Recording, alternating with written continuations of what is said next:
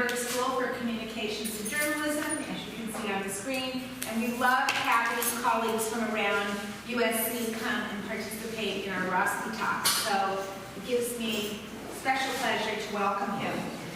For those of you that are interested, we have many other events coming up for our Roski talks. There is not a talk the next 2 weeks, and that's because there isn't one on March 10th, and March 17th will be spring break. But on March 24th, we're going to have our Hantman Photography Lecture. That's a distinguished photography lecture by Carmen Wynant. And then from March 27th to March 28th, we have a very special program which is called Live Artists Live, Despair and Repair. And it's a performance series organized by our Professor of Critical Studies, Andy Campbell, and one of our art professors, Patty Chang. And it's a number of artists, multi-generational, multinational, doing performance work. Reservations are required, and it is a Visions and Voices event, so you can go to Visions and Voices and sign up for that. On March 31st, we'll have a talk from Lucille Tenezas, who is a graphic designer and educator from New York. On April 14th, we'll hear from Eamon Orron, who's a painter and video maker from California. And we'll wrap up our series with a lecture by Legacy Russell, who is the associate curator at the Studio Museum in Harlem, and she was voted by our grad students as an emerging young curator that they wanted to hear from. So I think that would be really interesting too. So without further ado, I wanted to introduce Jose and Ming, who will introduce Taj. Thank you.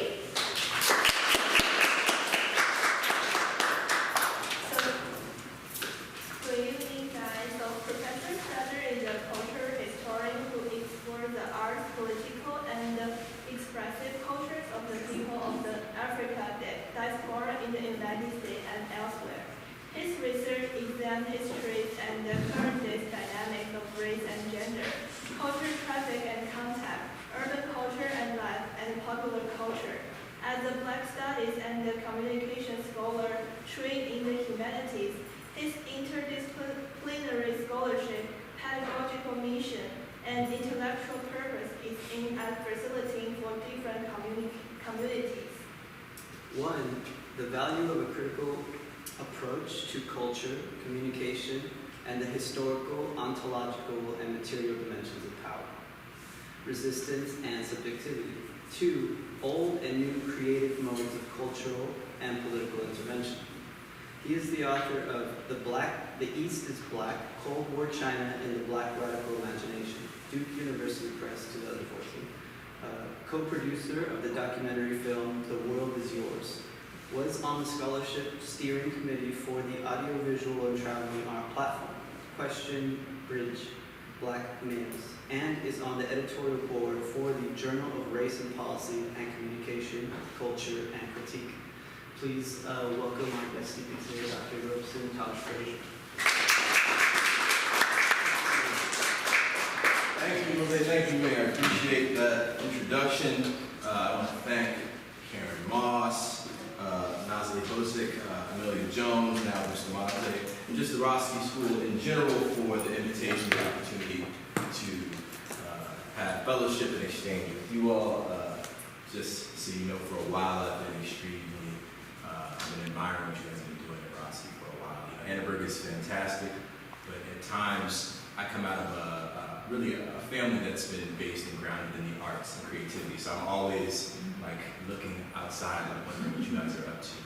So I'm pretty excited to be here with you all. I mean, just walking through the space and seeing some of the phenomenal work that folks are working on, and just like Ben and I, who I've come with, we're chatting with students working on a project, but she was so modest, and I was just like, this is incredible. She's like, it needs more work. So in any case, as I said, I'm pretty excited to be here with you all. I'm interested to learn tomorrow too from some of you what you're working on. As was explained, my research broadly explores Black and Afro-diasporic political and popular cultures, with specific focus on histories of race and racism, masculinity, cross-cultural contact and fellowship, and Black radical media and artistic practices.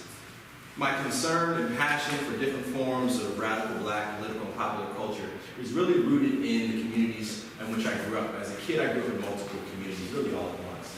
I grew up in Manhattan, in the community of Harlem, as well as in Washington, D.C., where my father and stepmother lived. A lot of my family, my father's side, is based in Charlotte, North Carolina. They've been there for goodness 4 generations.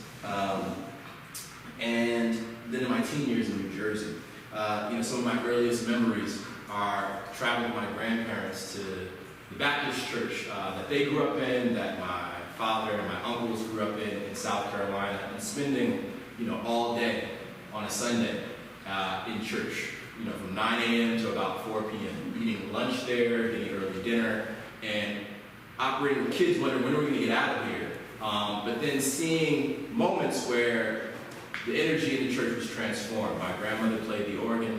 My aunt was the soloist every Sunday. And it was in that space that I actually had my probably first experiences with, what we might describe as a certain kind of celestial, cosmic principle of like what unites us all. What people might describe as the spirit. My grandmother would play the organ. My Aunt Carrie would sing, and over the course of what could feel like a half hour, the energy was lifted. It felt like the church, was raised off the ground, and we were traveling. We were transported to the past and to the future all at once. I can attempt to describe that feeling with words, but there's no words that can really communicate the feeling that was transmitted through my body and through everyone else's body as we all connected through song, through movement. It's something that I can still hear in my head right now when I think about my Aunt Carrie's voice. It's those kinds of experiences that were my first introduction to what we call Black popular culture, or what Robert Ferris Thompson described as the flash of the spirit. These kinds of African belief systems and cosmologies that were not left in the continent as a result of the transatlantic slave trade and Middle Passage, but which were transformed within the context of the New World. I remember being 8 years old in a movie theater in New York City and watching the film Do the Right Thing. And my mind can travel right back to that moment, I remember seeing the film, and I remember making a connection in the film, with the fictional murder of, have you seen Do the Right Thing? No? Yeah? I definitely recommend you check it out. Sometimes I date myself, I'm at that point now. Spike Lee.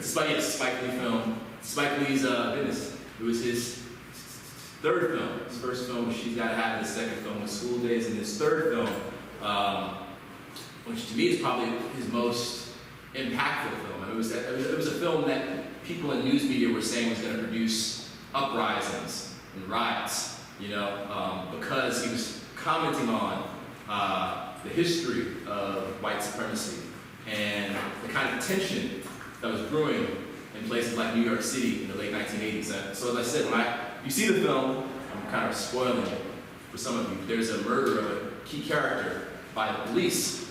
And I remember being 8 years old. And connecting that fictional murder with the murder of, Michael Stewart in 1983. Michael Stewart was a graffiti artist who was killed by the police on the subway tracks when he was performing, creating some graffiti. Basquiat, Jean-Michel Basquiat, you guys have to know that is from Roski, yeah? You guys know who Jean-Michel Basquiat is? Yeah. Basquiat produces a work honoring Michael Stewart. Basquiat told his lover at the time, he had deep pain over the murder of Michael Stewart because he believed that could have been him.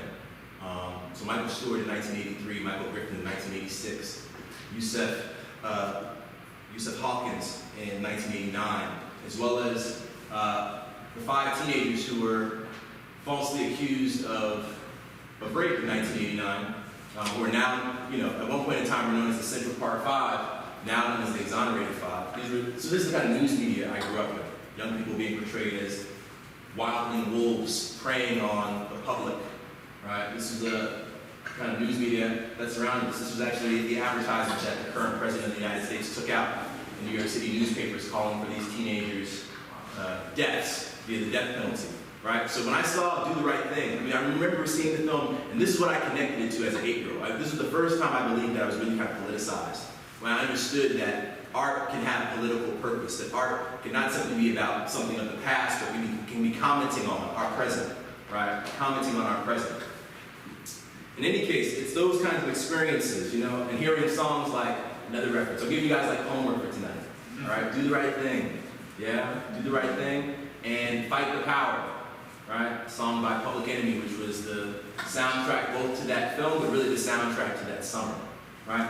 Whenever I hear Do the Right Thing, the same kind of way I described the kind of bodily, the embodied response that I have to thinking about my Aunt Carrie and that church, you know, I have a bodily kind of response to when I hear Fight the Power. That's both filled with joy, but also anger, frustration. It's as if that song takes me back to 1989 and back to a time period before I was born, right?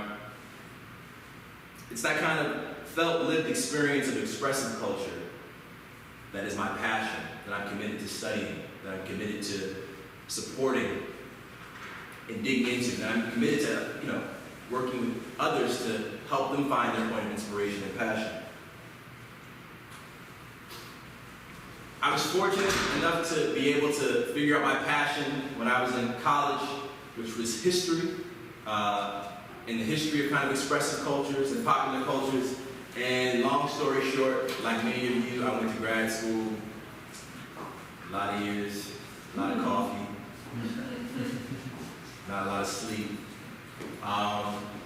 And my area of focus and interest was understanding the political cultures, the popular cultures, really of the mid-20th century to the end of the 20th century. I was particularly intrigued with Black leftist activist intellectuals of the 1950s through 1990s, and was intrigued with the kinds of ways that they were both cultivating local movements, but very much in tune in conversation with movements throughout the world. I was particularly intrigued with some of the ways that they were studying movements outside of the U.S. and attempting to learn from those movements so they could cultivate new kinds of practices of community, of self-determination, of autonomy, of liberation where they were. One of the key areas that interested me for a long time was China. I was fortunate enough to do a year abroad in China when I was in high school. I lived with the host family. I got a Chinese name. And it was in that space that I really became passionate about Chinese history. So in any case, by the time I got to grad school, I decided I wanted to write a book, or really at the time a dissertation, about Black radicals' engagement with China during the 1950s to 1970s. Some of the key questions my book is interested in, number one, so the book is called Dongfang He, which means the East is Black, Cold War China and the Black Radical Imagination.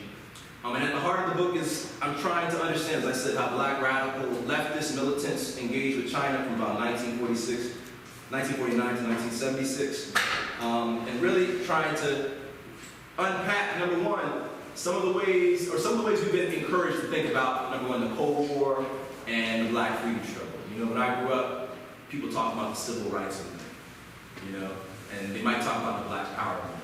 As I got older, I learned that in many ways there was no separation or distinction between just the civil rights movement and the Black Power movement. And if anything, there was a long Black freedom struggle that existed far before the 1960s. You know, I'm sure many of you guys know this already, that Rosa Parks was not just some woman who was sitting on a bus, but she was somebody who had been an organizer in leftist movements for, goodness, over a decade before she decided to sit on that bus as a political endeavor in order to call out the inequity, the injustice on public transportation systems in Montgomery, Alabama, right? So I was really interested in writing a book that helped us to rethink how we've come to imagine the Cold War, the Black freedom struggle, right? Is the Black freedom struggle simply a movement within the U.S. or a movement that was tied to global movements? A movement that imagined itself as part of a global transformation of capitalism, a global transformation of white supremacy, a global transformation of Western empire, right? I was also interested in who was and is involved when we think about, for instance, the Cold War and the Black freedom struggle. You know, how does China come to be a really important kind of geopolitical player in world relations during the 1950s through 70s, but as well as like a really important political imaginary for Black people in the U.S., as well as in various other places throughout the world, in Ghana, in Nigeria, in Cuba, right? That China becomes an alternative to the US and to the Soviet Union for many movements throughout the world, right? Black Panther Party, the self-defense, right? Spent a lot of time engaging with Chinese Maoist thought. Black radicals in Cleveland, Ohio, who organized an organization called the Revolutionary Reactionary Movement. But all these folks are really intrigued with what's happening where they are, but also throughout the world, because they want to tie their work to those movements, as well as they want to learn what's working well in those movements, what's not working well, how are they coming to cultivate an alternative kind of image of what the world can look like where they are, right? How can we do that here? And not how can we do that here and replicate what they're doing, right? But how can we take lessons from some of the things they're doing, but situated within our realities, our histories? So those are the kind of questions I was interested in asking. The key kind of term that's at the heart of my book is the Black radical imagination, right? Black radical imagination is a term that a number of scholars have used, people like historian Robin D.G. Kelly, political activist and philosopher Angela Davis, another extremely important political philosopher by the name of Cedric Robinson, right? They've written books that say the Black radical imagination is a legacy, a tradition of radical Black and Afro-descended resistance, right? So that when Africans were brought to this country, they brought their traditions of resistance, of thinking, of cosmology, and that has been rooted in sustaining their collective spirit, sustaining their sense of self, sustaining that sense of connection, right? And that their movements for liberation and struggle have always emerged out of not even simply the imagination, but the reality of cultivating an alternative world, even if that be a short-lived alternative world, right? So even if it means just in the decimation, the burning down of the plantation, that in that moment, or those hours, they have lived and experienced liberation, right? And the kinds of connections between loved ones, they've experienced liberation, right? And that it's those kinds of activities which shape the kind of imagining and the prospect of creating something different. That in many ways, before we can actually even live something different, it has to exist in our mind, right? It has to exist somewhere before we actually are willing to put our lives on the line to enact that, right? That this is the basis for consciousness, knowing and being. Khalil Walsh has created this map that's kind of based within these kinds of traditions of Black liberation and socialism. Some of the ways that I explore this in the book is looking at the ways that media, different kinds of media, so print media, radio, music, play a role in shaping this kind of consciousness of world struggle. I have just different people up here, Robert F. Williams and Mount St. Thomas. I write about this guy, Robert F. Williams, from Monroe, North Carolina. The woman in the middle of this image here is Vicki Garvin, a New York feminist leftist who is so dismayed with the situation in the U.S. by the 1960s that she moves first to Nigeria because she wants to participate in the liberation movement, the independence movements in Nigeria, next to Ghana. And by 1964, based on the advice of scholar, historian, activist W.E.B. Du Bois, she moves to China because she wants to see on the ground what the reality is like in China. She no longer wants to rely upon what the news media says. She becomes a teacher, educator in their foreign language institutes. So she's teaching the people who are going to become translators, interpreters. And the deep thing about how she teaches is, when she's teaching English, her pedagogy is based upon, she teaches them English through radical African diaspora history. So the ways that they're taught language and English is through the history of Nat Turner, the history of Harriet Tubman. For her, history becomes a way of rooting consciousness, like language is tied to consciousness. So the kind of words we use, they play a role in shaping like what we imagine those words can do. So she's interested in teaching them words that are tied to histories of resistance, of radicalism, of liberation. All right? Here's another image. This is a publication that Robert Williams produces. As you see, this is an image that in many ways is making an argument about third world internationalism. Right? And the image, the third world, or the non-Anglo-Saxon world, he uses scale, right, to make an argument about really the kind of transformation of world power. The idea being that the people who are identified or called discursively racial minorities are not minorities. We're not minorities when you think about us globally. That in many ways we are the majority. That if we imagine ourselves in that kind of way, and instead of just thinking about our struggles, you know, locally, but thinking about them as tied to movements in other places, other spaces, that might actually help us to cultivate a sense of ourselves as being far more powerful than we might have before, right? Situates the police dog as this kind of image of U.S. violence, right? And the argument being, you know, Charlie is a derogatory kind of way of referring to white supremacy, right? You're a majority, Charlie? No, you're not. Just look behind you, right? So this was kind of, keep in mind, these folks were pretty smart. They recognized that many of the people who they're trying to encourage to shift their mindset, their imaginary of radicalism, might not be literate, right? They're not literate. What are ways that you can help to cultivate a kind of ideology of resistance, right? Images, right? They recognize that images help to cultivate an image of something else.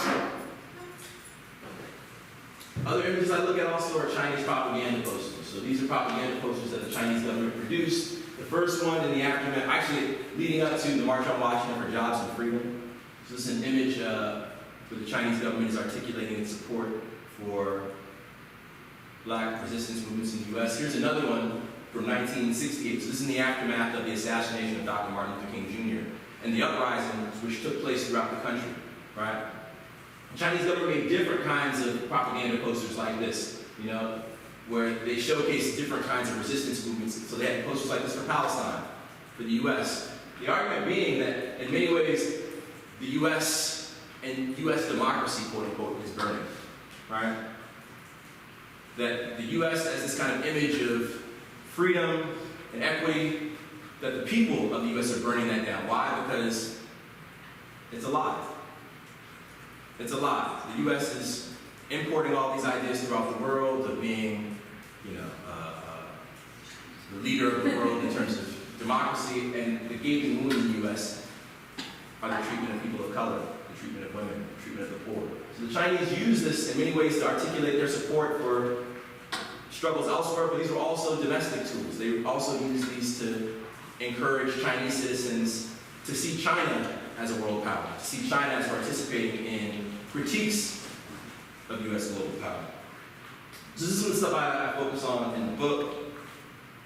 In the aftermath, I wrote some other pieces that looked at how artists like Kehinde Wiley have appropriated. If you guys know who Kehinde Wiley is, you know Kehinde Wiley has been known to in many ways take references from different kind of artistic traditions and use those traditions as ways of commenting, number one, on the erasure, the negation of black bodies within the kind of Western fine arts world, as well as to make other kinds of commentaries about black identity, cosmopolitan black identity in the kind of current moment. So he produced these as part of his world stage series of work in 2007. It's really intriguing kind of work because it's commenting on, number one, the constant representation of black masculinity as a kind of hard masculinity, and positioning black men who are smiling, who are moving, who are with each other, touching each other to kind of push back on the hyper-masculinization of black men in popular culture. But he's also making a comment on Chinese political culture, right? He said that me too. Any of you guys travel to China or from China? Yeah? Where do you see a lot of these old propaganda posters now in cities like Beijing? Anybody? Have you seen these kind of propaganda posters? Yeah? Where have you seen them? Maybe the textbook. Where? Textbook.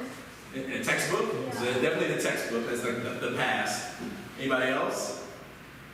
I've seen them a lot in hutongs. It's like cafes, coffee shops. They're like quiche, like wall dressing. Like, so that these images of like China of the past, revolutionary, Maoist, third world, now it's just like window dressing for like global capitalism. You know? So Wiley's making a commentary on like, look where China is in relation to the past, but as well as like, even in the past they were relying upon certain kinds of mystique and representations of a China that might have not actually been the case, right? The images might have served more of a certain kind of political import in cultivating a narrative about China that on the ground might not have been the case, especially when you talk to African students, for instance, who were studying in China in the 1960s and 1970s and commented about the constant surveillance and racism that they experienced, right? So while China might represent itself as an ally, a friend to African people. On the ground, when you talk to African students, it's a really different kind of situation. All right, so Wiley is making these kinds of commentaries with the work.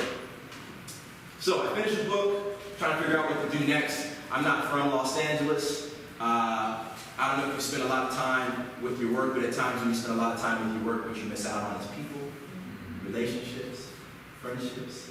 So once I finished my book, my main goal was getting some friends. And fortunately for me, before focusing on a PhD, I was a serious MC, like making music, performing, trying to get a record deal. Back in the day, people used to try to get record deals. Now people used to like get on there and do it myself. Right? But in any case, I was able to connect with grad students who were, for instance, participating in and documenting the crump scene, crump dancing. You know, crump is a style of street dancing that emerged out of Los Angeles in the mid-1990s. In any case, I was able to cultivate a relationship with somebody who was in that community and ended up spending several years hanging out in parking lots in North Hollywood from 10 p.m. to 2 a.m. Building friendships, but also learning about how young people from various parts of the city were taking over space, especially in a city where like more and more space is being privatized.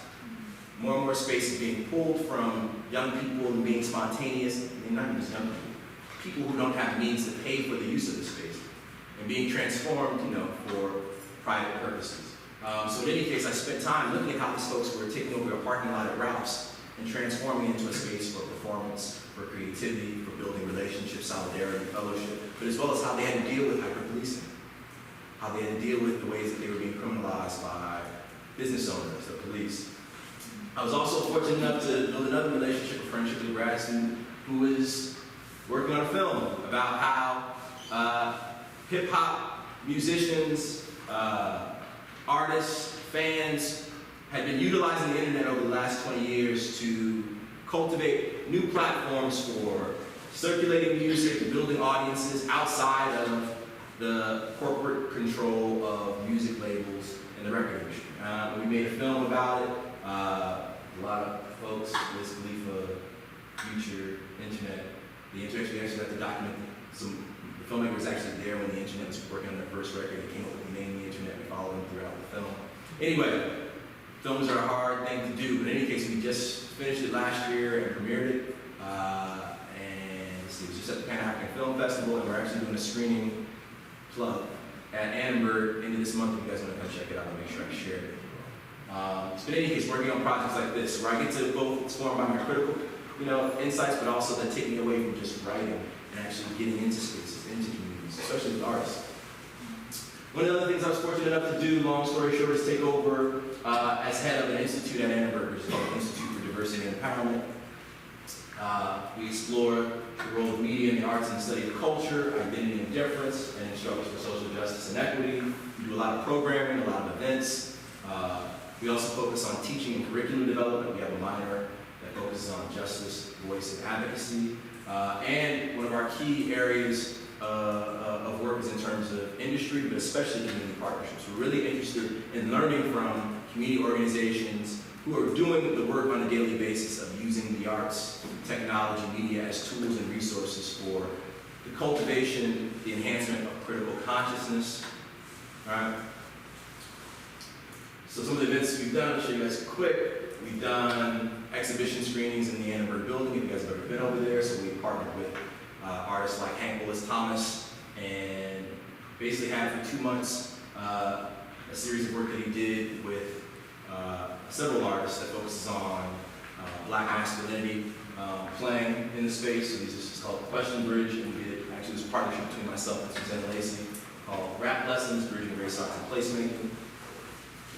Another one that we did, which was pretty controversial, I'm going to tell you guys about that tomorrow, but it was with a collective of artists called When Women Disrupt, who have been doing and creating public artwork throughout the country that, number one, calls out xenophobia, that calls out patriarchy, that calls out anti-immigrant sentiments.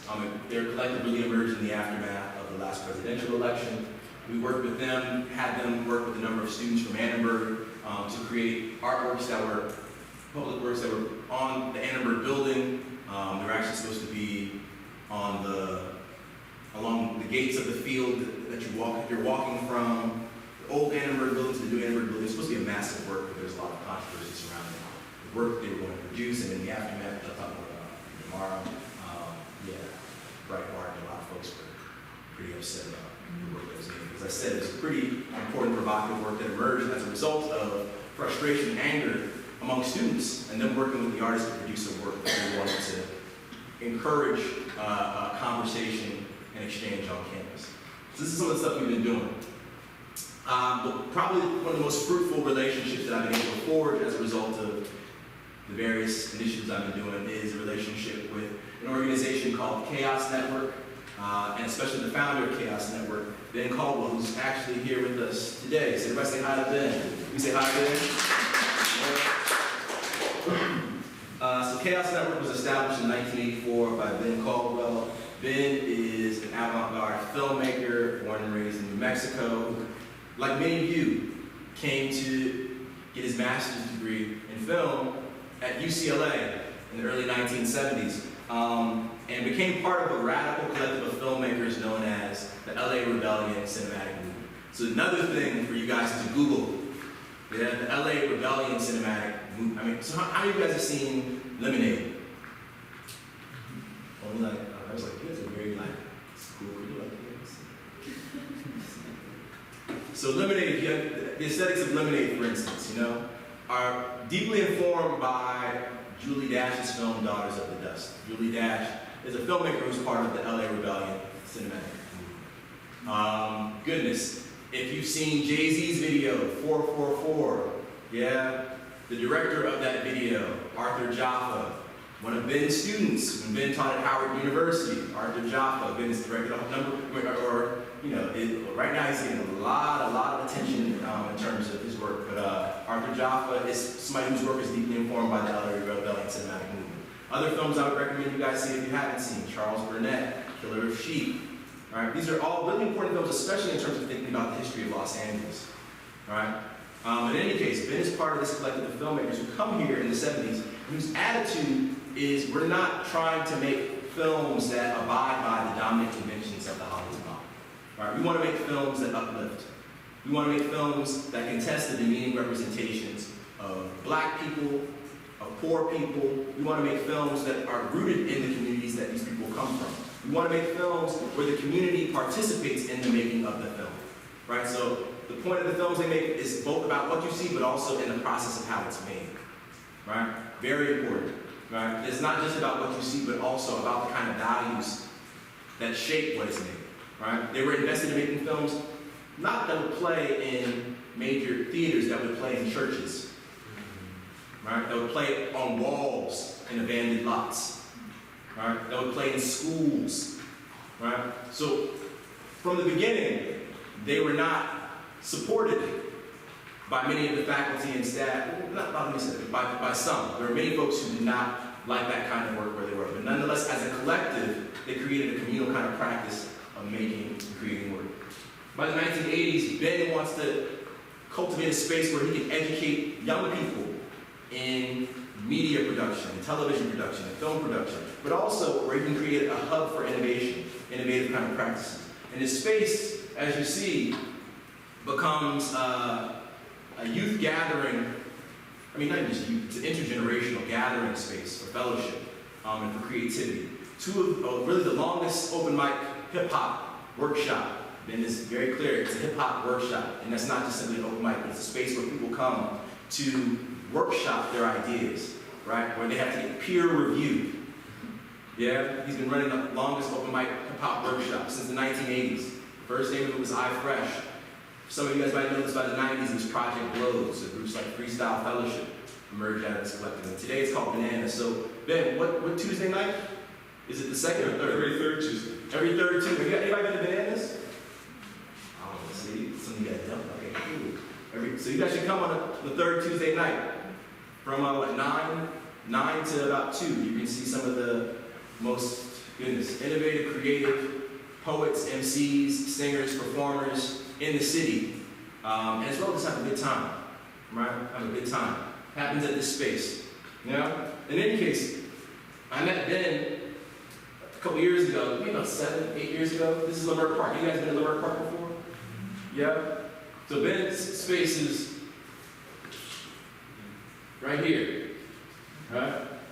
Leimert Park is, or Leimert Village, which is probably about a 6-block community in Leimert Park, is a hub. It's been a hub for creativity for 40 plus years, right?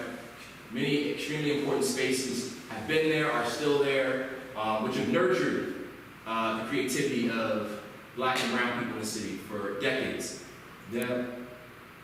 I met Ben through an initiative that my colleague Francois Barr and several others cultivated with Ben. So they cultivated an initiative called the Leimert Park Phone Company, where they basically took payphones and hacked payphones and turned them into public artworks where you could listen to the music of residents, where you could learn community histories, right? And place these in different parts of the neighborhood, and got city support for it. They now actually have Leimert Park phones in the Smithsonian, right, in DC. Right? This was a partnership forged between Ben, faculty from USC, as well as grad students. So one of the leads on this is Carl, a grad student who became one of the lead kind of initiatives on this. So this is kind of a community university partnership that was built upon really bringing students and community members together to brainstorm and workshop ideas about like what kind of information should be processed through these machines, what kind of fellowship do we want these machines to encourage, what kinds of interaction. Right? This is when I first met Ben. From that point on, I was really intrigued with him, his work, and the kind of work that emerges out of Chaos Network. In the aftermath, Ben invited me into the space to learn more about it, and we've connected really well. Ben told me about an initiative that he wanted to do that was tied to cultivating an archive, where Ben has a collection of material that's both his, but also that people from the neighborhood have donated. And he was interested in cultivating an archive, and not just simply giving this stuff away to USC. Right? The idea being that when institutions like this get material, unfortunately it ends up in boxes, dusty, that only people like me go check out. Right? Ben said to me, look, I want USC support, I want institution support, but I want this stuff to be available to people who live in the neighborhood. Right? And I don't want it to be available just so we can revel in the past. He's like, I'm really interested in putting this stuff in young people, old people's hands so that they can remix it. So they can use it as sources for the making and shaping of new things. Right? So we've been working on this kind of initiative that's both about preservation but also activation. Right? And so we've done a lot of oral histories. We've spent a lot of time interviewing elders, musicians, educators, students, about their relationship to Leimert Park, but even more broadly about growing up in Los Angeles, right? Making a life, in Los Angeles. I mean, really to live and die in LA, making sense of that. Yeah. And fortunately, people like me, when we start working on stuff like this, I say, man, Ben, you should write a book. Right? And so what we've been working on in the process is also a book that explores really the kind of history of Chaos Network and the many people who have contributed to Chaos Network. And we're calling this kind of collective of ideas and experiences chaos theory. So what I'll do is, with the limited amount of time I have left, I actually want you guys to check out some of Ben's work. I'm going to show you actually, how many of you all are first years? Just one. So what year are you the rest of them? Second. Yeah. So I'm going to show you a film called Medea. This is a film from 1973. This was Ben's first student film. So in his first years of grad school, this was the first thing he made. It's a 6-minute short. I'll play it for you and then talk a little about some of the themes that I found in it, but Ian and I talked about and how it ties into some of the bigger questions we're asking. Yeah.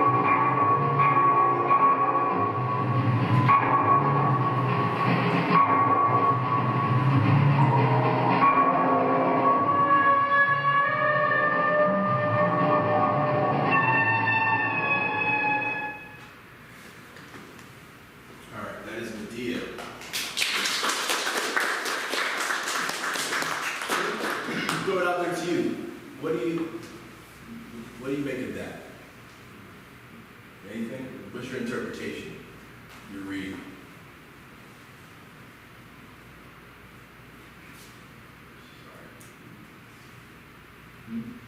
Anybody want to take a lead? Take a lead, brother? I call the nuclear baby. Say it again. The nuclear baby. You said nuclear baby? Yeah. So what do you mean by nuclear baby? The baby is? What do you mean? It's affected by what's going on in the world. Okay. The baby's affected by what's going on in the world. Anybody This else? has a lot to do with lineage, I think, Mm-hmm. where we come from. Where we come from? Okay. Anybody else? Yeah. I think, what's interesting to me is about how, like, we think about how we transmit knowledge about who we are to the next generation, how we, especially, I was really interested, I wanted to ask a little bit about the historical photographs in the film, and whether you were working with anything from, like, say, the archives within the school, or like, how did you kind of want that cultural transmission is really interesting to me. Yeah, it was inspired by my animation teacher who, at the time, worked with the Smothers Brothers. That was, and there it is, God is God spelled backwards.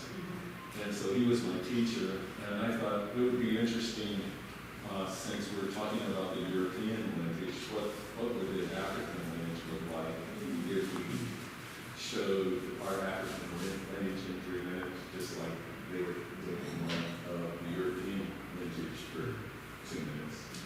What would that look like? And so that's basically, and then how does that pass on to the next generation? And there's static in it, and all different kinds. Like you said, there's psychosocial trauma because there's 400 years of being incarcerated and working in work camps in this country. So a lot of that psychosocial trauma is in the group of people that's from that language. So I wanted to see outside the Middle Passage. Because that doesn't, the group of people that were captured and brought here to work in work camps are those people that you see there that were really pretty wonderful folks living their own lives on another continent and were pulled away to come here and work for the U.S. So I thought that kind of simple way to explain it, where it helps the people, the kids, and the people who see it because it has a healing effect on the process of seeing yourself beyond Harry Tubman. Yeah, it's been said, his animation instructor, Dan McLaughlin, who was the head of animation at UCLA, Ben is there, actually got his degree at UCLA 10 years before. In '67, he makes a short called God is Dog Spelled Backwards, which basically offers a 3-minute glimpse, rapid glimpse of the history of Western fine arts. A year later, the musician Mason Williams, who is the music director for the Smothers Brothers Comedy Hour, reaches out to McLaughlin and asks him if he can take the film and place his own music over it and make it a segment of the Smothers Brothers show. They call it Classical Gas. And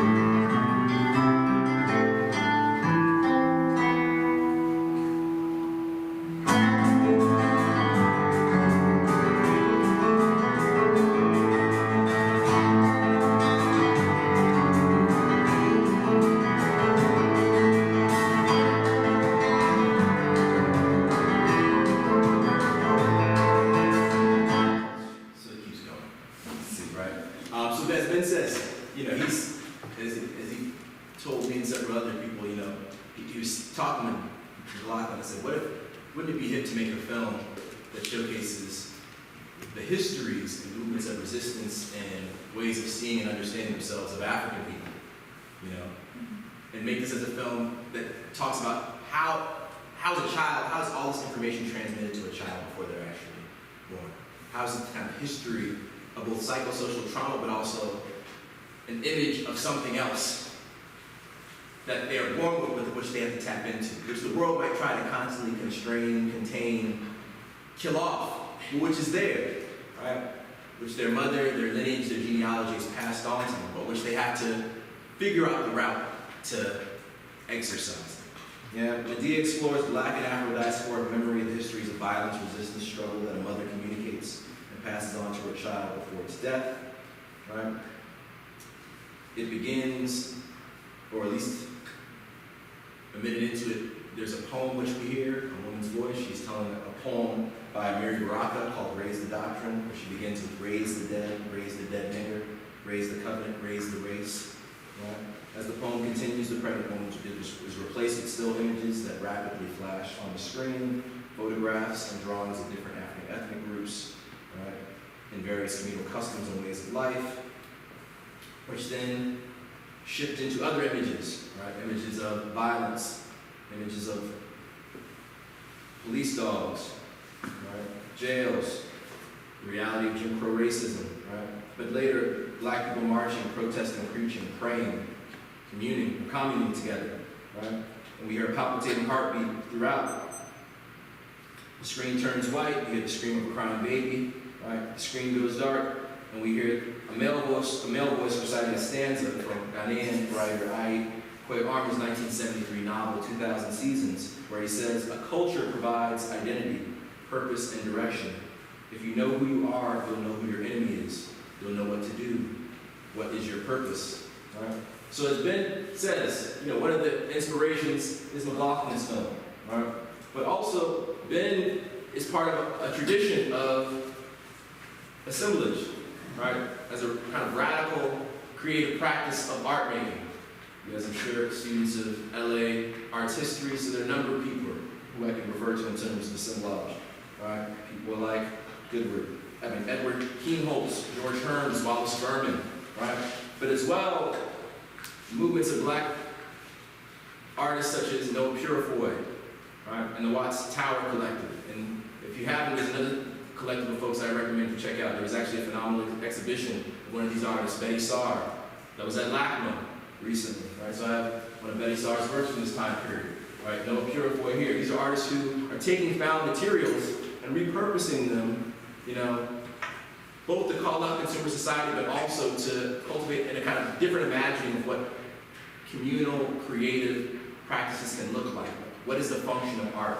What is the purpose of art? Is art to be placed on a wall and admired and sold, or is art supposed to be about the kind of collective communal practice of fellowship, of imagining, of being, right?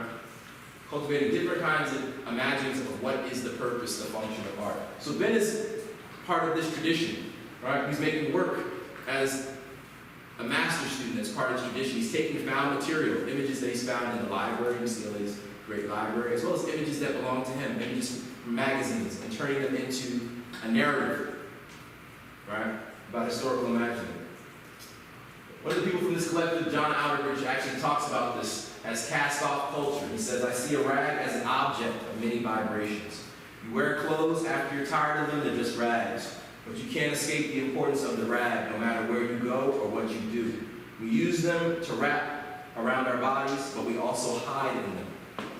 So take that, think about that.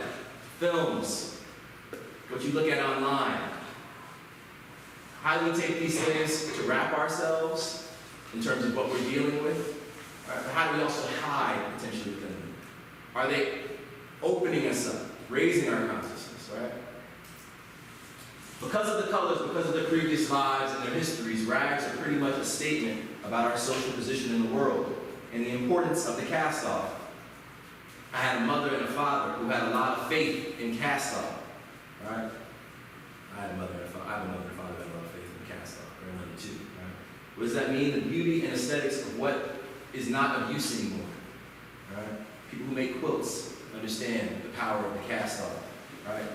That is always exciting me because I saw old fences, degraded buildings, and scrub rags, not as foreign objects, but as being a piece in the language of life, each with a lot of kinship between them. Each with a lot of kinship between them. You don't just do art, art becomes your life.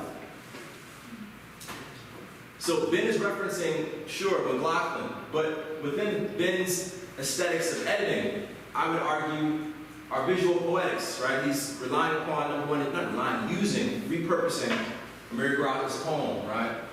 Where this notion of raise the race, it's a play with language, right? Are we referring to raise, R-A-I-S-E, or is it R-A-Z, or raise, R-A-Y-S? Baraka writes a lot of poems where he's playing with language, right? So raise the race might not simply be about uplifting, it might mean destroy the race, right? That we've been raced, that's taken us away from our humanity, that race is a social construct.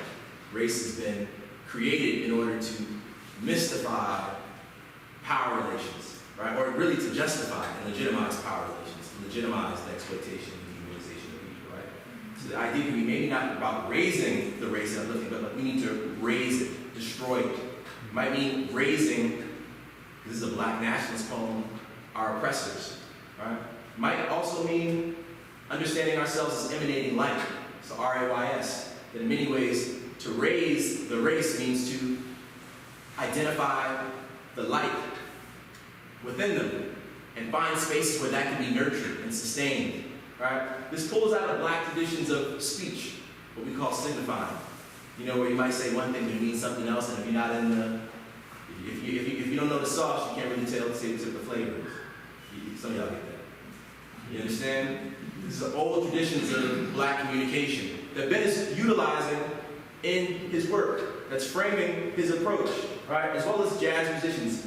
Ben will tell you in terms of the various ways that jazz aesthetics shape his work, where he's applying different kinds of principles of music. I mean, even if you saw the way he's moving the camera, right? It's tied to the rhythm of the heartbeat at certain points. The edits are tied in many ways in terms of trying to tell a sonic story alongside of the visual story, right? Or like if you think about bebop, right? The virtuoso soloist, right? The edits are playing a particular kind of role in terms of as notes being played, right? Ben describes the film as not really a film, but a chant or a ritual. He said in several conversations that this film was a ritual, a chant. It was a way to exercise all the things that I noticed that had happened to us as a culture. He says that cinema is really a ritualing kind of device. You know, we walk into a theater, or at least back in the day, you walk into a theater, you sit in the dark. There's a certain kind of ritual, a ritualistic aspect to it. He says each picture has a cultural memory. If I show you a picture of Martin Luther King, everybody personalizes it, but they personalize it in accordance with who they were at the time when they saw it, what they were smelling at that time. Each picture presses points in people. At 24 frames a second in film, we're ritualizing. We're putting you to sleep. And you're going under the veil. And then you believe all that. At least, maybe you do. Or maybe you question all that you see, but you're going under the veil. For him, that veil of cinema had participated in the dehumanization of various different groups. So his point in using this tool was to unveil the veil, or if anything, enable us to see something different. He wrote, what was really interesting to me were the subliminal aspects of cinema, how film was really a ritual and a spell. A lot of subliminal images were threaded throughout, and all those things were to the demise of my culture. He said, I felt we had to work against that kind of symbology. We had to change the ritual. We had to work towards film as a way of emancipating the image, right? The image needed to be emancipated, it needed to be freed. The last point I'll make about this film in terms of emancipation, some of the images from the film are actually images that Ben made as an undergraduate student. A series of work called Amka, which means awakening, or to be awake in Swahili. This is a series of work which he can talk about in our Q&A, which really was about thinking about the relationship between black bodies and the spatial natural environment of New Mexico, where he grew up, as well as Arizona, where he was an undergraduate student, right? Where he was thinking about the kind of connections between the earth, human bodies, human spirits. These images are actually images that are also in the film, right? So it's interesting how he's referencing his own work and these kinds of arguments about black bodies, space, you know, and not just physical space, but like virtual space, right? and cosmic space, and thinking about them as all interrelated, right? So this is the kind of idea we're calling the Afro-cosmic. This idea of blackness and chaos really as a cosmic principle, as life force and truly vibrant matter. And that humanity are members of the greater celestial, cosmological, natural, and ancestral order. Right? That in many ways, the world that we've been operating in is working to encourage us not to position ourselves and think about ourselves as part of this larger whole. Caldwell says that his purpose of making art is to make it a living resource for the community, right? So I say all that to end with, maybe in the film, to raise the race is not simply about black nationalism, but to raise the human race, right? That in many ways, part of what the work has to be in terms of art is raising us to a different kind of relationship to ourselves and to both other forms of life as well as other forms of non-life. I'm going to end with this image, right? By the 1980s, Ben had shifted away from just making films and trying to center many of these same kind of concepts and practices in the cultivation of spaces that would nurture the creative, artistic practices of young people, the first of which was just iFresh in 1984. Ben can, I want him to come here because at times, people will present talks about artists as if the artist doesn't have a position about what they've said, or where the artist can't speak back. So I thought I'm pretty free for that. He's here, we can hear from him. Yeah? That is my time. Thank you.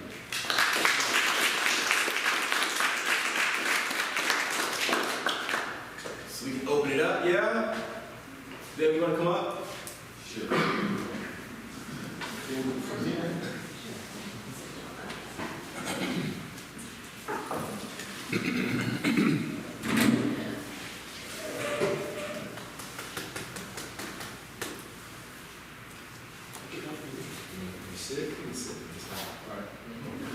All right.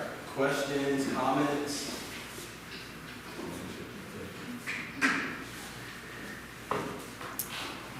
Sure. Yes. Okay, I'll get first. I have a couple of sort of questions. One is to do with the rhythm of the film. It's unlike the 3,000 years of Western art that is kind of blurred like a flow. Your film stretched and contracted in the duration with a certain rhythm. It's almost as if, rather than all the images blurring, as I wanted them to slow down more so I could turn them. The other thing was, when you're introducing your own imagery from your photographs into the film, is it a bit like your own cast-offs being reused in your own work? Yeah, I think of them less as cast off and more like notes. Because of the repetition of the rhythm patterns is that I could reuse them, and it kind of like calls on like my baby or something. Each time it comes up, it reflects that time period. And so because of it having because pictures have that kind of reference where you can reference them within yourself to ideas and feelings, but I can control the rhythm that you hear from it, or feel of it. So that's part of the process. And what was the first question? Oh, the rhythm pattern of the movement. Yeah, part of what I was doing with that is my grandfather was a projectionist in a movie theater. So I was raised in a movie theater, and I found the static image of head talking really was irritating if you got to see Gone with the Wind for a month every day. There's a kind of mundaneness to people talking when there should be more activity in a picture talking image concept. So that was one of the major things that I wanted to tackle first. And so all those opening scenes, it took me about a month to shoot that in meditation on top of the mountain, where I would go just have fun with rhythm patterns. So even the shooting of the other pieces in the animation, I had been studying pictures, your eyes, like you were saying, I wanted to be like very much like jazz and blues and all those things, where there is a feeling with the picture beyond it just being a static photograph. I wanted, because what happens within your eyes, every image has a movement. And so they fly this way or that way, or, you know. So I started working with how did they fly off the page.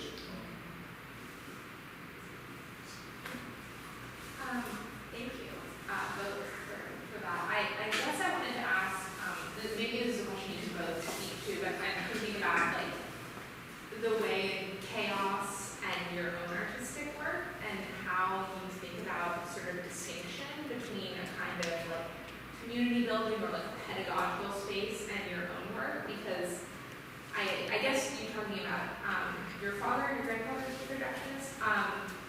To me, that's like a really fruitful metaphor to think about the space of the theater, because like the cinema is a place where you're totally alone and you're also together, right? Like, and it can be sort of a space of isolation or a more democratic space.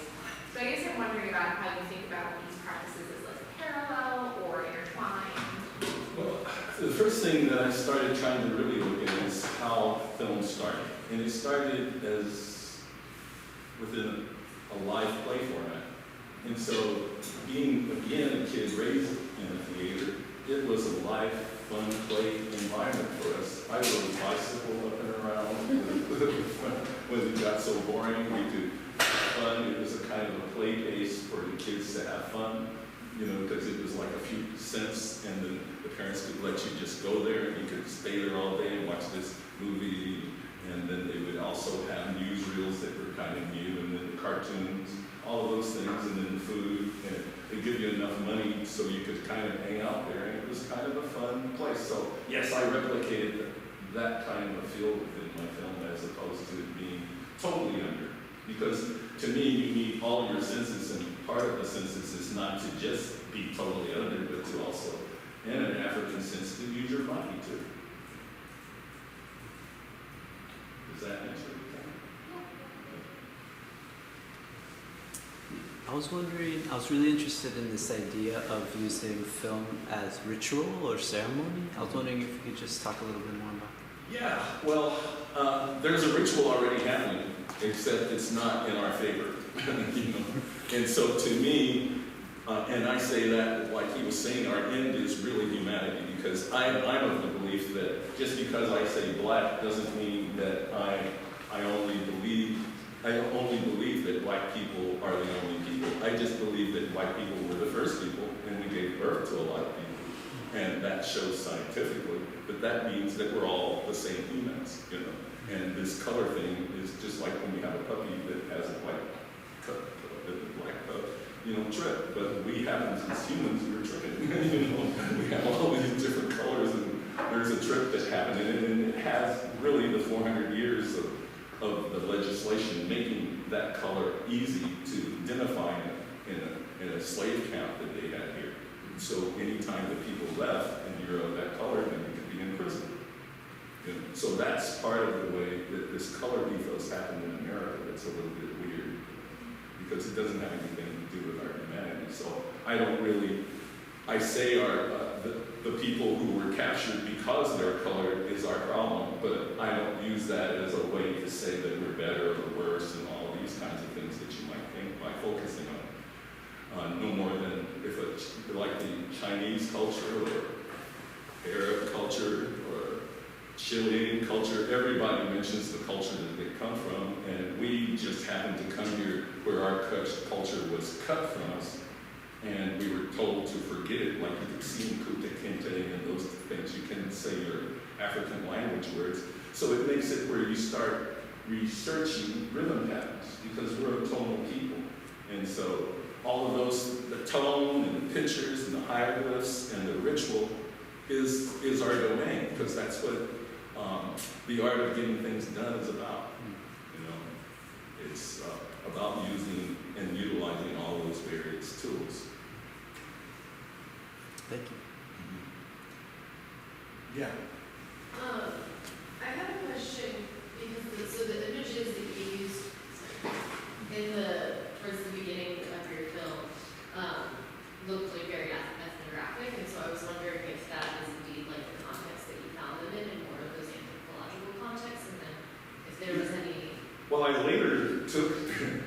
second degree was in ethno-communications because of my longing to look at the past. But once I was there, I really started disliking how the structure went. It was very paternalistic because you couldn't hear the people speak. It was someone with this voiceover saying, well, they're running across the street here now, and they're doing this because of such and such ritual. You know, so it's like, and then the whole while that people are talking, and you're like, what are they saying? You know, how do they describe their world? And so I tried to put myself into a place like, how could I still speak for the people who haven't been able to speak for these 400 years? How can I tell the story in symbology and rhythms and patterns that follows the tradition of jazz and blues and all these other things that we've been able to create?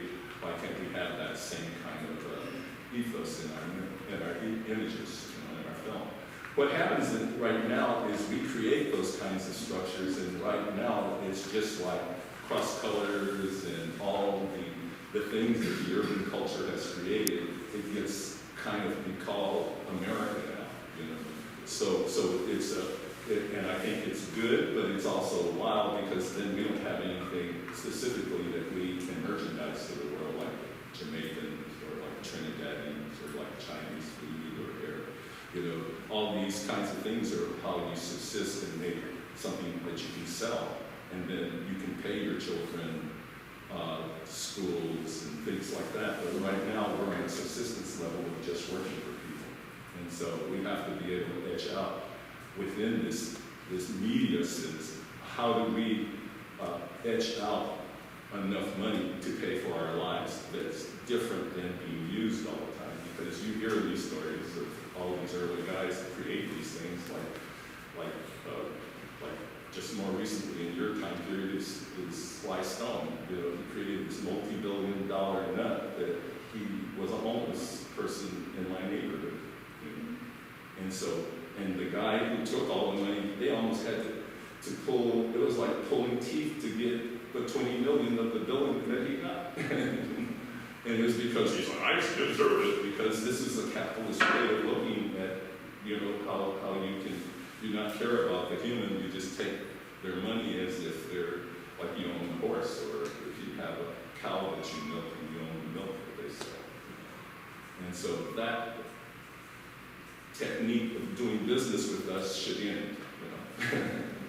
Then on this question, I think it's a great question about anthropology and ethnographic method, and how the film, and it's both the film, the other work that you've done, because you're an ethnicist, you're an ethnographer, you've been doing participant ethnography for a long time. In any case, I wonder if you can talk a little bit about your critiques of kind of conventions of anthropology, and the ways that Zora Neale Hurston, who many people know as a novelist and from literary scholarship, but had published many books and was, you know, an anthropologist, how Zora Neale Hurston's anthropological kind of approach has influenced your work.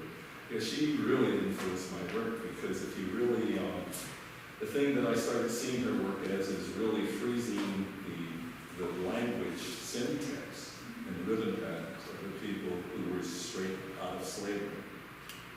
So within that, I got to learn with my daughter that, who's working on speech pathology, that there's a thread of the culture that you come from, just like your DNA from your language.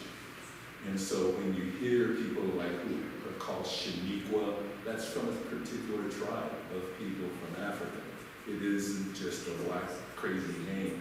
They're copying a tonal reality of their language that then has creeped itself into this English language and it shows from whence they came.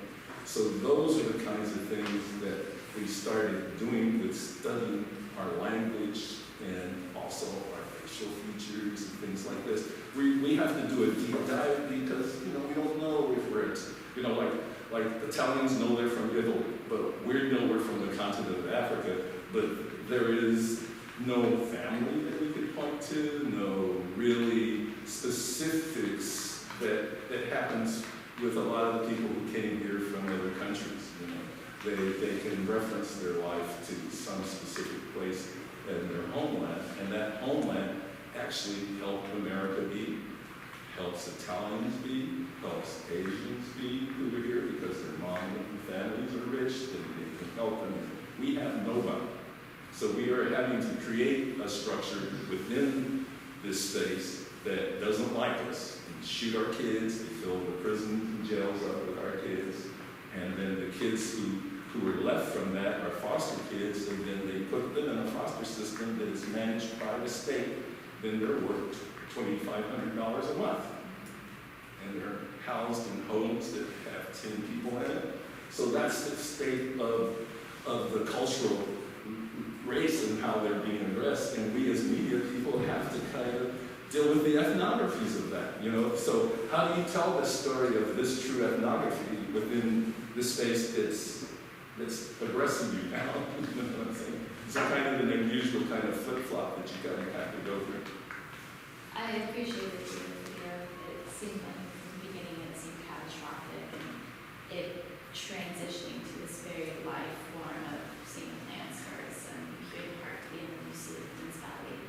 I'm curious as to, within the film and then also the photo after that was presented, what's the gravitation or pull towards using the female body as a medium?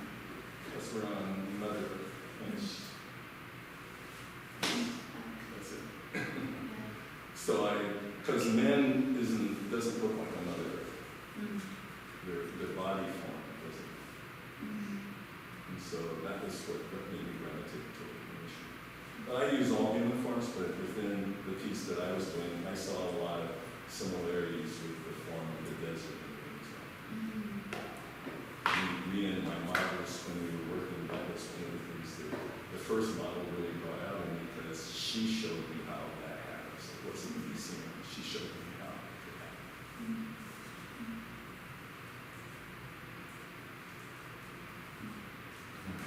And also, you know, and so that was a heartbeat, and to be, and you know, and so as I move on in life, the real thing that I find is like my next film was called I and I, and it was dealing with what I saw, because my first pictures were at war, so I wanted to always show that war is a real misuse of human spirit, because we're using bullets and putting napalm and white phosphorus and all these things on humans for what reason? And she's using millions of dollars to do it. You know? So I happened to be a kid that was forced from art school to go to a place where they did all this. And it made me see that these men aren't thinking right, and the women that send their children to that aren't thinking right either. You know? Why would you produce a child and then 18 years old just let the state send them so they can be shooting at each other? And another kid that was raised 18 years ago too from another country, and they just go off at each other. You know, that doesn't make any sense. And that was how much sense it made to me. So when I came back, I tried to find solace, and I didn't find any solace in the male system of doing this work in this place. You know, so I thought more of a cultural balance was needed, and so that's why I said I and I. You need to have this. You need to see yourself in me, and I need to see myself in you. And then I can't hurt you, or at least not, unless you're willing to be suicidal. I think what you said is so beautiful, and it makes me think about, you know, what Paul said earlier about your early film, Medea. It seemed to me that you were getting at a kind of maternal idea of sorts. In the film, it was a cyclical, it was a heartbeat, kept coming back to the body and then moving away. It was, and I'm interested in that. Like, if you think about sort of the traditional order of film as so much of Western art, organized around masculine principles and masculine values, to make a film that flows from a feminine energy is really interesting.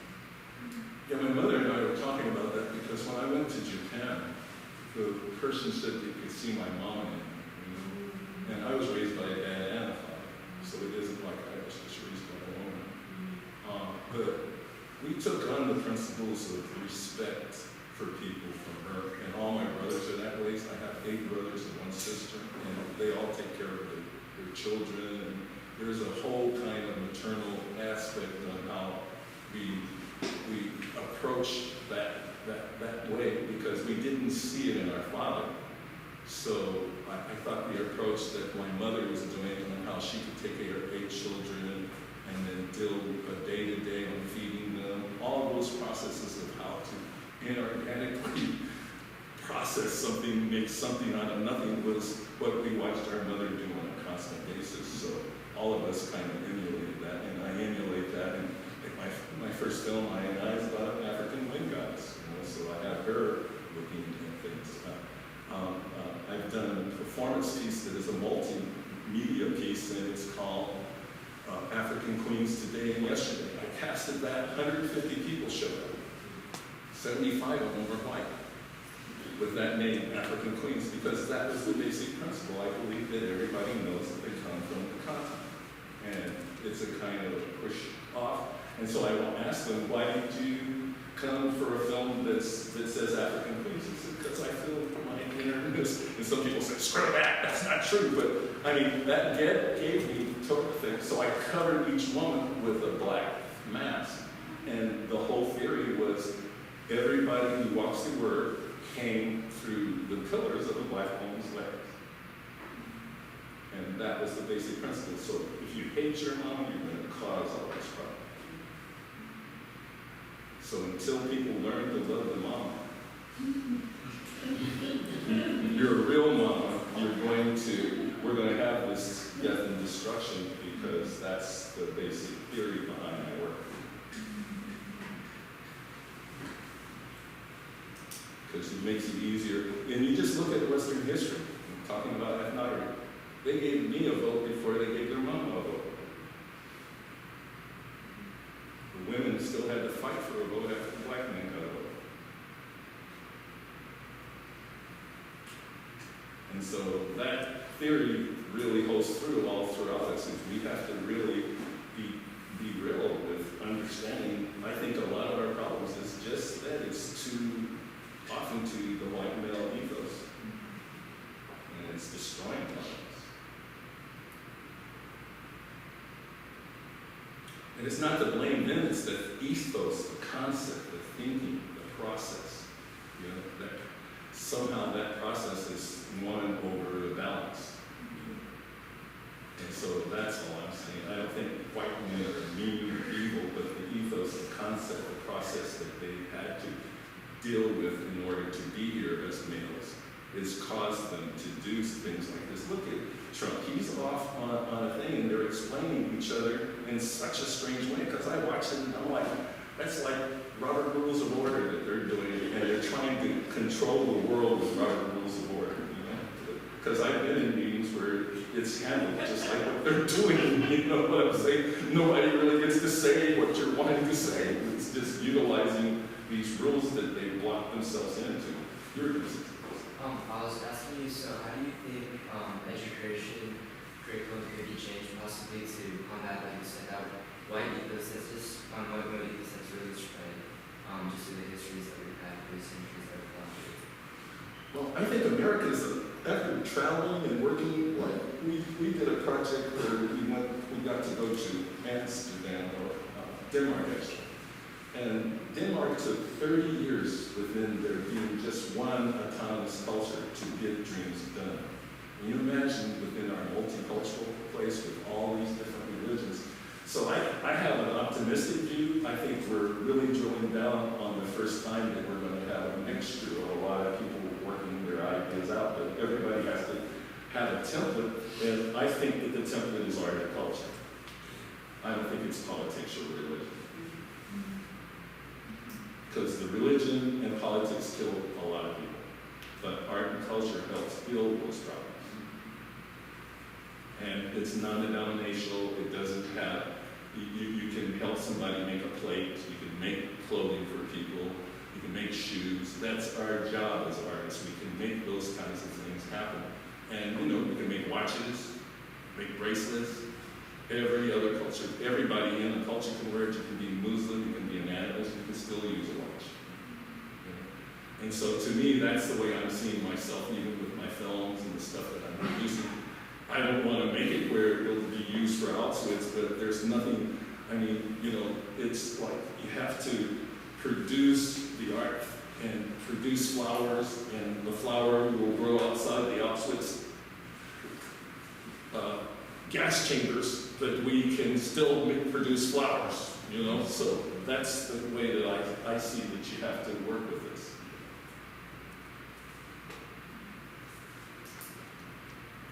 Are there any other questions?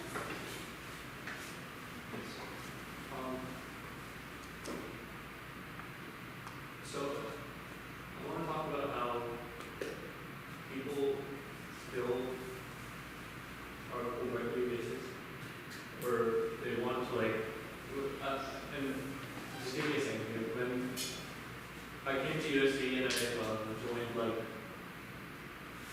clubs that are based off of people's identity, whether it be the Sikh club or the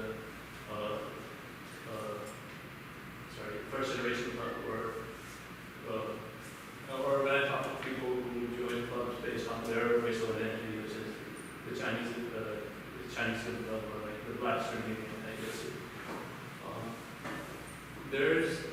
And I'm not saying everybody, but I find that there's in those discussions, they almost always leads to a situation of a pity party where people are this is what's happening and we're being oppressed. And that inherently carries a divide, the philosophy is that we're separate from people in power, or we're separate from other people. And I want to ask how that has affected how you make art, and then when you make art, those discussions change among people. I feel like even today, when people get together with people that are the same race as them or that are the same background, those jokes still exist. You don't really go from talking about these things in a community and then considering it when you're in a community of just like-minded or like-looking people that is wrong. I feel like that is still a pattern in society. Yeah, I agree with you. But the fortunate thing about what they did to us at UCLA is it was kind of like an English process where if you weren't white, you were the other. So all of us others got together, so we had, we used Japanese methodologies, which was a part of this group that they call visual communications. It was BC. In BC, a lot of us worked with them on infrastructure and shooting and management. And it was the same thing with Plaza de la Raza, Self-Help Graphics, with us, with the Latino movement. So we all informed each other with the Native American movement. So, and over coffee, we cross-talked with each other, and with the white Americans that wanted to work with us, we had about a third of them working with us too. So we were able to kind of do a lot of cross-talk that isn't possible as much now, and it wasn't as possible after we were there because they made sure it didn't happen. Because the guy who was our main teacher, Hiley, they told him as an intern to stop teaching us as a group and not continue that process because we'll just pay you to just come to school. So that was the process, but I think it's something that if you know that, and as artists, then that's a part of your schooling, is to figure out how to break down those instead of joining them. Because it is very possible. You just have to build your team differently because, I worked with Persians before 1980 when that crazy thing happened with them being expunged and a lot of problems between the United States. But at that time, we were working with each other. I was about to work on a film with Muhammad the Messenger of God, where we could work with these types of films. And I was working with Native American people who were a part of Ori Sherman, who was a part of the kids that came from the Native people from Duchenne Yosemite, and their land got usurped and made a park, and it was a secret, it was a sacred space. So we were able to work with people in Chumash, people who were here, we were able to work with them, Latinos, and then crosstalk. And so that was what the LA Rebellion was. It was an unusual cross-talking relationship that we had throughout all the four directions, all four cultures. And I think it could be replicated, and that's part of the reason that I'm working, he and I are working, because I think media is a way to get at it, and it's at a good time, because I'm doing a lot of new technology stuff, so I think it's the first time that you can, like, we have to fight for simple things, for even augmented reality. All the clip art right now is all European. You don't have any clip art with people of color, you know, and we're the majority, as was saying, and, you know, you have to buy a piece of a black person to put in a clip art in order to make it be like the indigenous people that you're doing your architectural designs about, you know. So all of those things we're having to construct our VR people, because they're not, you know, those icons aren't in there for people of color. So those are the kinds of things that I think your generation could really fight for, is to make sure that you don't replicate the clip art of the past. And make it more of like we are the world. Anyone else? Thank you so much, Todd.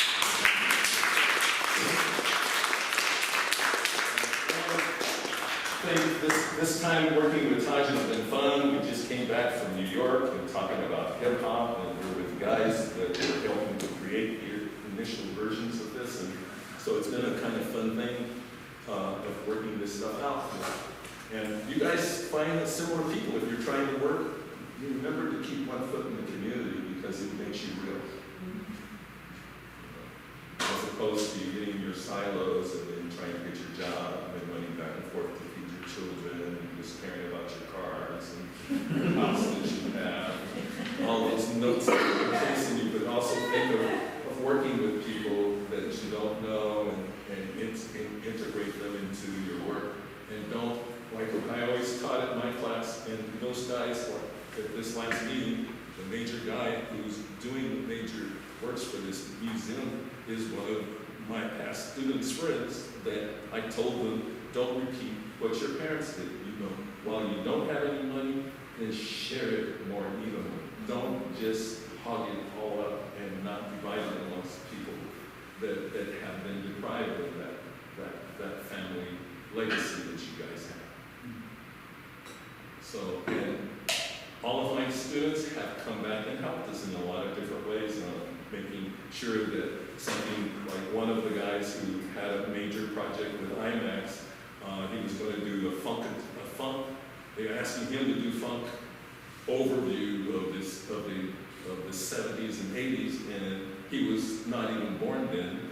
And he says, all of this being put on me, and I'm just this little white kid, then that's not fair, you know. But to then, I was thankful that he knew that he needed to share, and he got other people to help him through it, and shared the money in a lot of different ways. So just try to be more sharing with your money once you get out in the world. Not just money, intellectual capital. Yeah. Capital. There's a variety of kind of capital you have, because you're here and you'll be in other spaces and places. And to this point, I mean, one of the things I find oftentimes in the community, well, first off, even in the kind of organization you described, what I always find is difference.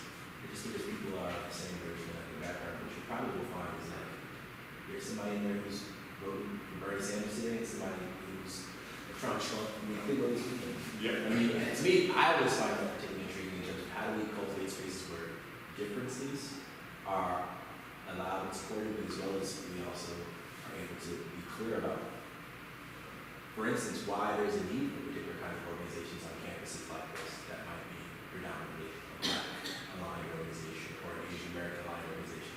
It's tied to the fact that this is still a dominantly Anglo campus, at least in terms of the dominant culture and perspective, right? So that needs to be called out, but there also needs to be called out when we put constraints on like someone's racial or ethnic identity. That to be black means you have to talk a certain way or believe a certain thing, right?